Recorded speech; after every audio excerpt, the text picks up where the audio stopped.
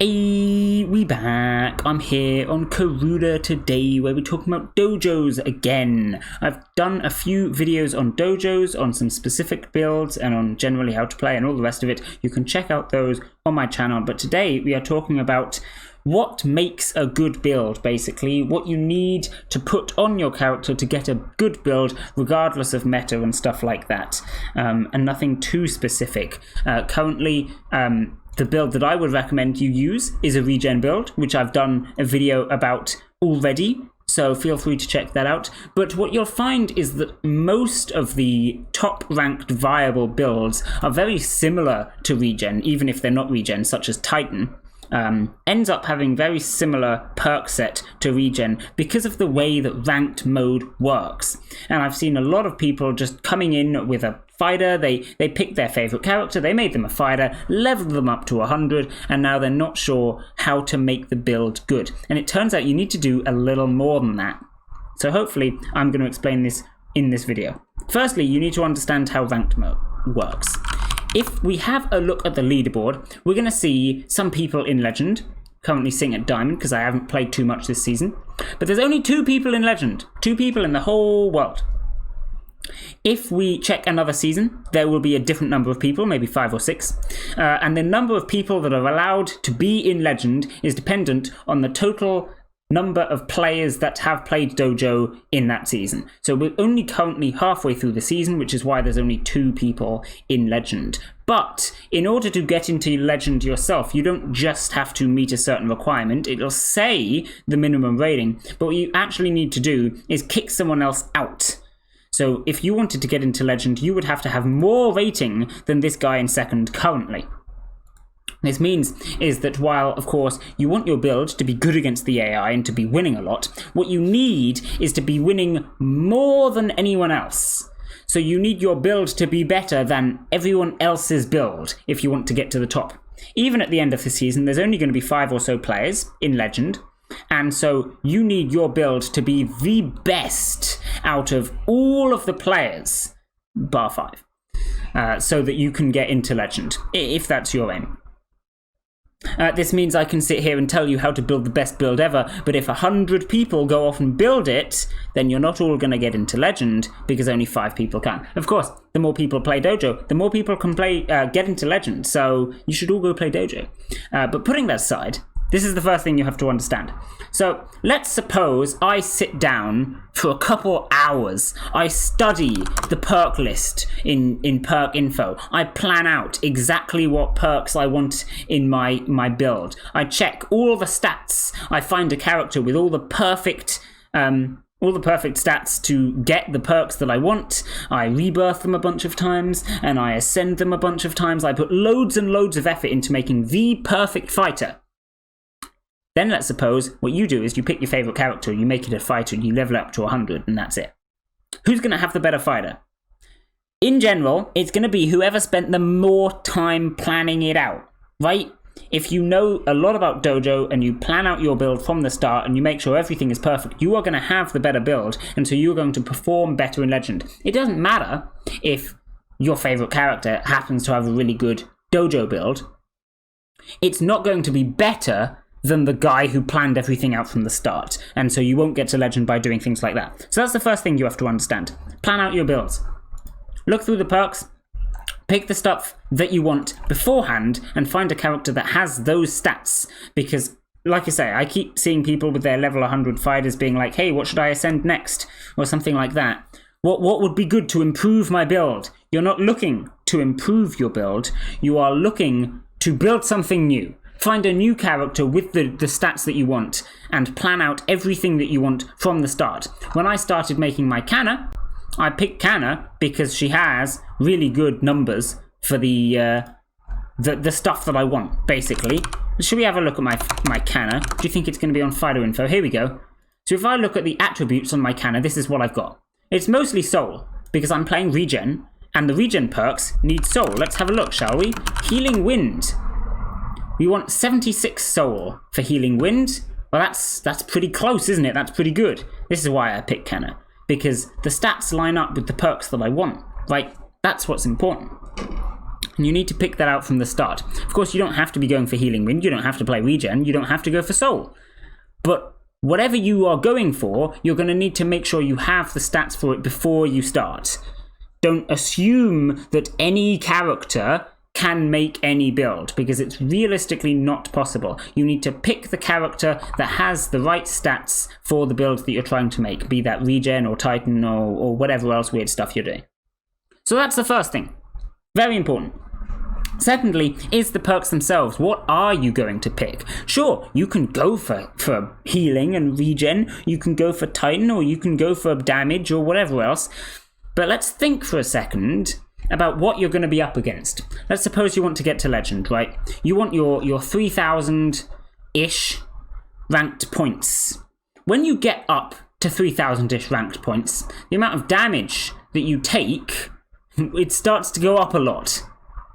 You're going to be taking hundreds of damage per attacks, even just by default punches. How are you going to survive that? How are you going to win? Your opponents also, mind, have a lot more health than you are. This is because in Ranked, as opposed to just going up against other characters with better builds, what they do is they just buff them. They do more damage, more health, they basically just level them up. Your fighter will cap out at level 100, but your opponent's fighter just goes above that. So you're going to need to work out how to deal with that. How are you beating a fighter that just has more health than you and more damage than you? The first thing to consider is that damage itself is not too helpful, because the most damage that you can do in a single hit, maybe if you set it up, probably about 100, but that's going to be rough, and you need to do that 6 times in order to kill them. Meanwhile, they're going to kill you in 2 hits, even without setup. Bit of a problem, right? So you need to survive somehow. This is very important for being good in Dojo, is that you can only take half of your health as damage per turn. So if you have 150 health, which you probably do, then you can only take 75 damage per turn. This is kind of important, and why regen is good, because with regen you can heal most of that every turn anyway, and so now you just need some leech perks to get the rest. However, there are other ways of surviving it, such as Titan. I keep talking about Titan, let's have a look at Titan, shall we? Titan is a stance, which gains you a lot of armor. The point is, you're trying to survive. The challenge here is not necessarily to win the battle as fast as possible, because that's not very realistic. The challenge is to survive at all, past the first, 2 or 3 turns. Because if you're taking 100 damage per hit, how are you going to survive 2 turns to do anything? You're probably not. So you need something like Titan or Regen in order to survive at all. The next thing of note is buffs. Buffs are very important. No matter what build you're doing, you're going to need some buffs. Notable buff cards is Surge. Surge is what I use in my build. Agility and Power are both permanent buffs. So once you've got them, they just give you buffs. Agility will increase your block. Power increases your damage. Buffs are great. You need buffs. Other ways of getting these? There's something like Ascendance of Power and stuff. If I can spell it. No, I can't spell it. Here we go, we got it. So there's Ascendance of Agility, which will double your agility, and Ascendance of Power, that will double your power. These obviously also give you more buffs. They're pretty good. There's also Overwhelm, which will give you power, and there's, I can't remember the name of it, but there's some agility equivalent. So these are many ways of getting the permanent buffs, and that's great. There are also less permanent buffs, like Fury. So for example, if we have a look at Rally, Rally gives you the permanent buff of agility and the non-permanent buff of Fury. It gives you a lot more stacks of Fury than Surge does of power, but that's because Fury isn't permanent. It goes down every turn, so you need to keep getting Fury if you're going to use that. Rally and Surge are roughly equivalent because they both give you something that buffs your damage and something that buffs your block, depending on what kind of build you're going for. You might want to use Rally, you might want to use Surge, but almost every build will use one of the two, because you kind of need some buffs. If your aim is to survive for a long time, then while you're surviving, you can buff up, and then later, when you get past round 20, and you start getting damage scaling, it's really easy to kill your opponent. There are some builds that can kill your opponents before round 20, it's pretty hard, but there are some. But in general, what you're going to need is a lot of buffs. And that's going to be Agility, Fury, Power. There's also some other buffs. Regen itself is a buff because it heals you every turn. So that's notable. There's like Vigor is a buff, but it only gains you more energy. And if you're playing the Spirit type of fighter, you're probably going to have enough energy as it is. So Vigor isn't so helpful. Mostly what you're looking out for is Agility, Fury, and Power. Maybe Regen if you're playing it. And then, so if you're playing a Titan build, you're going to need to prioritize getting that agility so you can get lots of block. Whereas if you're playing a regen build, you want to prioritize getting power because of leech, which is the next thing that we're going to talk about. Leech is an excellent way of healing. Healing, of course, is very important because of that max 75 damage per turn that I talked about. Regen is not the only way to heal. There are other healing cards as well. Things like Bandage Wound heals you. That's great. Last Hope also heals you. That's great. But there is also Leech. So let's have a look at Siphon, for example. Siphon will leech and restore health. Leech being... it'll do damage and restore health, which is pretty nice. Restoring health is great. The thing is, this scales off of damage buffs. So if you get a lot of Fury or you get a lot of Strength, the amount of health you will restore from Siphon also goes up. And this goes for any leech card. There are plenty of others. For example, Soul Drain, which is just another leech card. It costs a little bit more, it does a bit more damage, restores more health, and applies confusion. It's pretty nice. We also have Soul Harvest. Which is even better. Kind of. I mean, it costs a little bit more. It's also Forget, but it's also Hold. They're all different. Potentially, you want a bit of all three. Maybe. I don't know. Personally, in my Canna build, I have 1 Soul Harvest and 3 or 4 Siphons. I would have liked another Soul Harvest or maybe a Soul Drain as well, but I didn't get one, and it's alright. It doesn't need to be perfect. But there you go. Making sure you survive. These are the things that you should be looking out for. If you have a fighter that doesn't have methods of healing, buffs, methods of surviving, you're probably not going to win. Probably not. Not to the top of ranked anyway. And so if the fighter that you've got doesn't have the attributes to get those perks, notably a lot of them require soul, then you probably need to find yourself a different fighter. And the answer is not to ascend away one of your perks to improve your build a little bit. The answer is just to find another fighter. Because if you build someone like Canna, actually, you can get a pretty good build without having to ascend her at all. I'm not really suggesting it because you could get a much better build by ascending her, but you get the point. Much more matters about the fighter you choose and the attributes they have than the perks on them. That's not to say that you can't build other things. For example, if you want to do lots of damage and win really quickly, you might not get to the top of rank, but you'll have really quick matches, and that is also worth doing. Maybe you just want really quick matches, in which case you're going to be wanting cards that do lots of damage. I don't know, something like Blindside. Let's have a look at Blindside. This requires body, not soul, but it does a lot of damage, and it gains you Fury. Fury being that buff. We want buffs. Buffs are great. So Blindside is a really good card to have if that's what you're going for.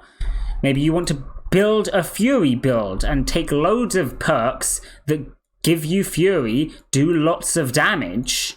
You probably want to have a lot of body stats. Maybe in the future that's going to be meta, and surviving isn't going to be as important.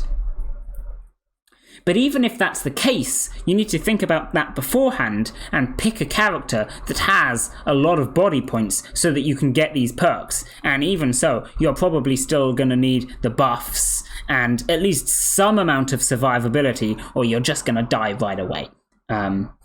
Maybe you're building something with lots of blind sides, but you need lots of block as well. Who knows? I don't know what the future will hold for the meta, and I'm not trying to talk about the current meta too much here anyway. I wanted this video to be more general than that. But when you're getting a fighter, you need to look at the stats that they're going to have, plan out what you're going for, and make sure, primarily, that you have some way of surviving at least a couple turns, some way of getting buffs, so that you can actually compete with these ranked characters that have a lot more stats than you do. And that's about it, really. Those two things. That's what you need: a way of surviving and a way of getting buffs. You actually don't need a way of doing damage. That's not really important, because the damage scaling past round 20 will do that for you anyway. My Canna, for instance, doesn't really have any way of damaging anyone at all. The highest damaging card they have is Punch. But that's fine, because once we get past round 20, they win anyway. Doesn't matter. Anyway, that's what I wanted to talk about today. Hopefully, it was useful. You new Dojo players, go check your builds rather than trying to ascend one thing, because ascending one thing doesn't really help very much. Of course, another very important thing is making sure you've got the right instincts, which is the level 25, 50, and 75 ones. I haven't talked about them at all in this video, but make sure that you've got good instincts. That's notable, but it comes under the same stuff. Make sure you've got the right stats for the instincts you want. There you go, easy. Anyway, I will be leaving this video here. Bye!